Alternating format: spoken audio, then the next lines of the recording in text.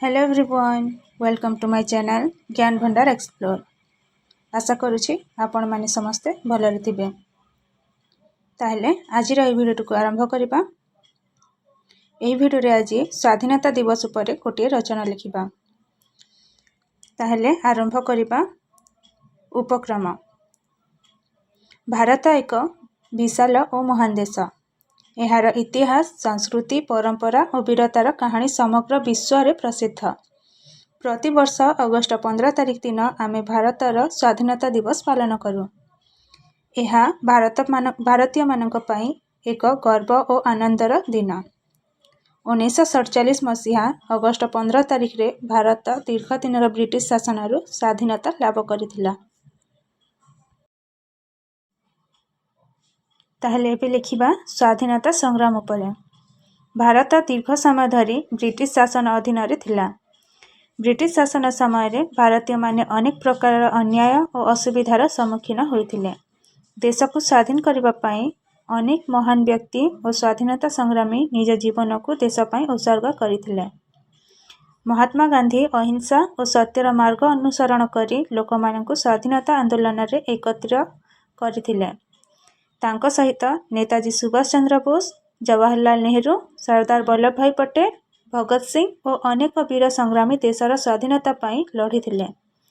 ओडिशा रे मध्य अनेक स्वाधीनता संग्रामी देश पई त्याग करिथिले।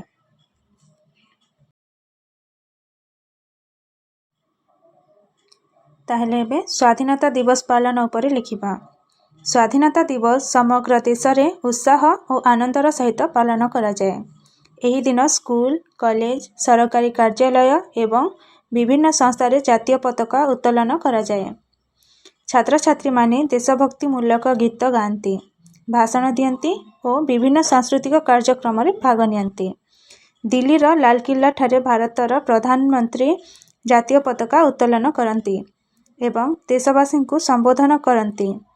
देशर स्वाधीनता पई जे वीर माने त्याग करिथिले सेमानंकु एही दिन रे सम्मानर सहित स्मरण करा जाए।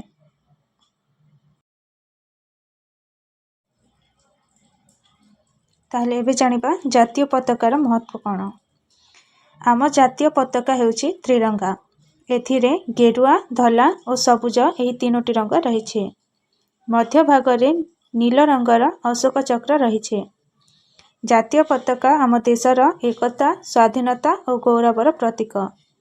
आमे जातीय पताका को सम्मान करिबा उचित। एबे लिखिबा आमर कर्तव्य कोन।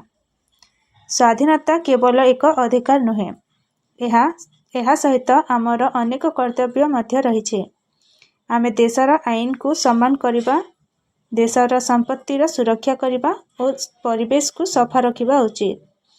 जाति, धर्म, भाषा और अंचलर भेदभाव भूली समस्तक सहित भाईचारा रे रहिबा दरकार।